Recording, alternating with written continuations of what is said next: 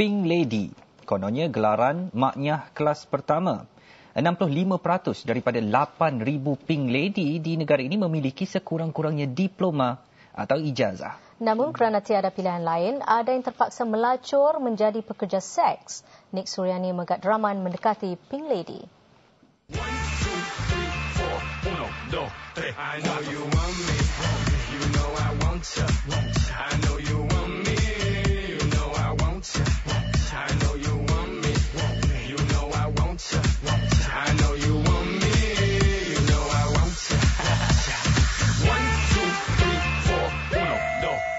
Jika sebelum ini lelaki transseksual atau maknyah dikaitkan dengan lorong gelap, kini Pink Lady jadi sebutan. Mereka seperti wanita tulen, tampilan tidak ubah seperti artis barat. Ironinya, mereka cerdik pandai. 65% daripada 8,000 Pink Lady yang berdaftar memiliki sekurang-kurangnya diploma atau ijazah. Kebanyakannya graduan komunikasi, bahasa dan undang-undang. Perangkaan pertubuhan bebas Pink Triangle. Maknyah kelas A meningkat 28% berbanding 2008.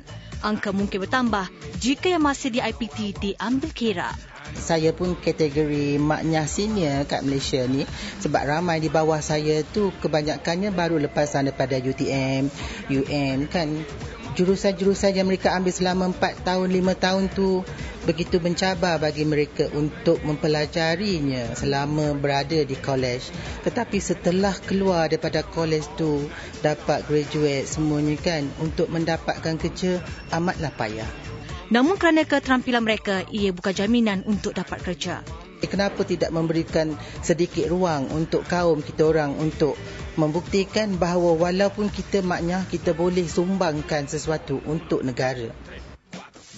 Ada juga mendakwa jika diterima bekerja pun bayaran tidak sama dengan individu normal.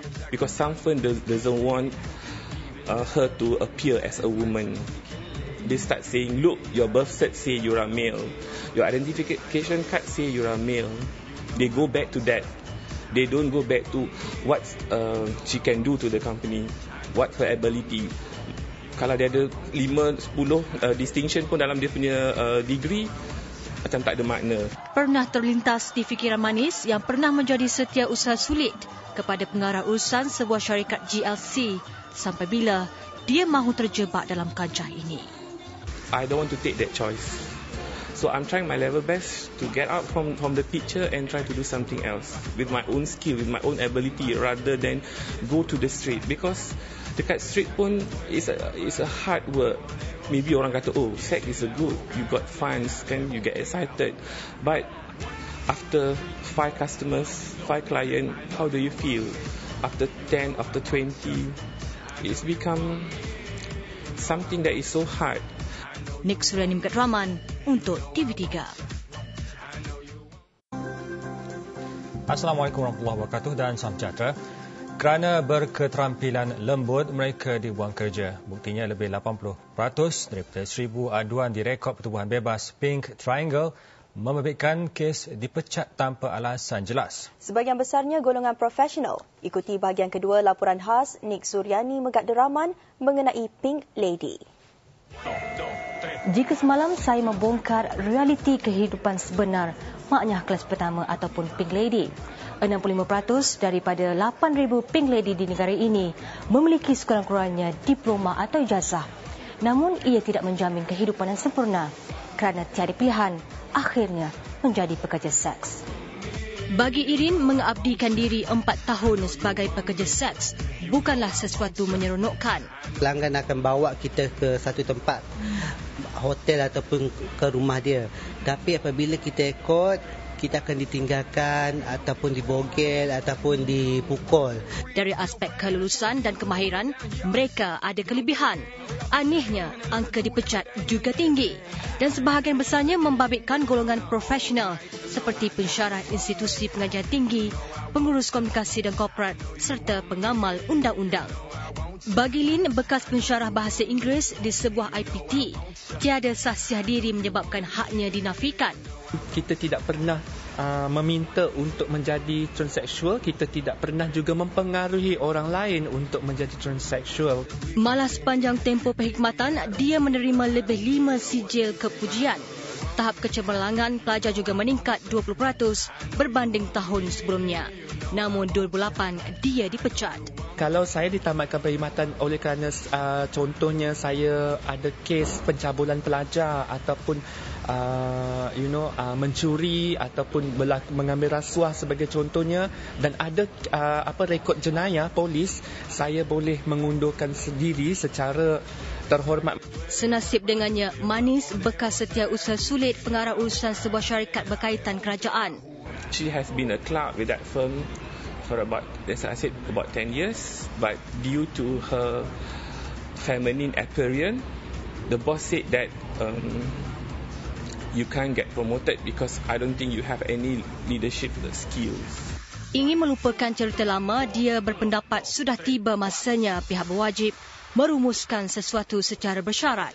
Ini kerana dasar pengambilan pekerja di sektor awam tidak ditulis secara literal. Golongan lembut tidak dibenar berhikmat sebagai penjawat awam.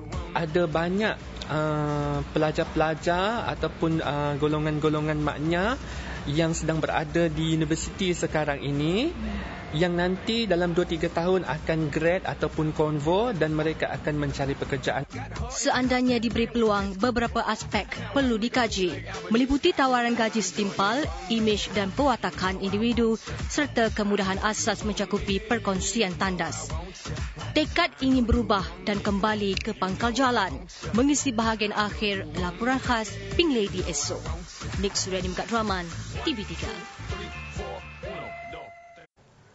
Dalam 1,000 lelaki transseksual, 45% tergolong Pink Lady. Namun di sebalik semua itu, tidak semua maknya yang kononnya kelas pertama itu sanggup melacur diri. Tekad ingin berubah dan diterima sebagai profesional. Itu dizahirkan kepada wartawan Nik Suryani Megadraman dalam bahagian akhir laporan khas Pink Lady.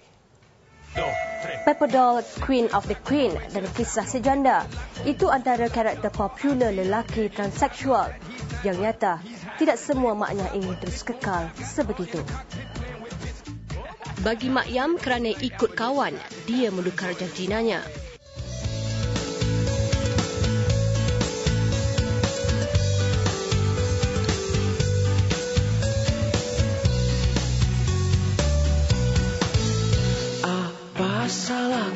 Apa salah ibuku, hidupku dirundung pilu. Dah terjebak dalam kes dadah tu, jadi macam-macam hal lah boleh jadi. Macam kita tu ikut-ikut dengan gejala yang tak sihat lah, ikut kawan-kawan, nanti jadi macam kata apa-apalah, kendut lah orang buat, kita tengok kawan-kawan jadi pakai cantik macam ni, kita pun ikut. 20 tahun mengabdikan diri sebagai pekerja seks, dia berhasrat kembali ke pangkal jalan.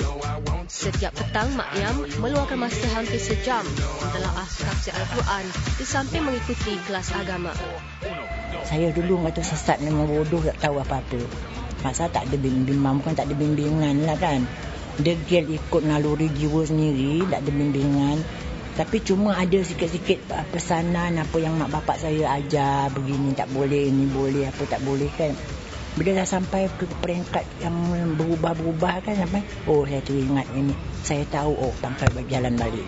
Kepada lelaki transseksual, khususnya Pink Lady, ada ingatan dari Mak Yam.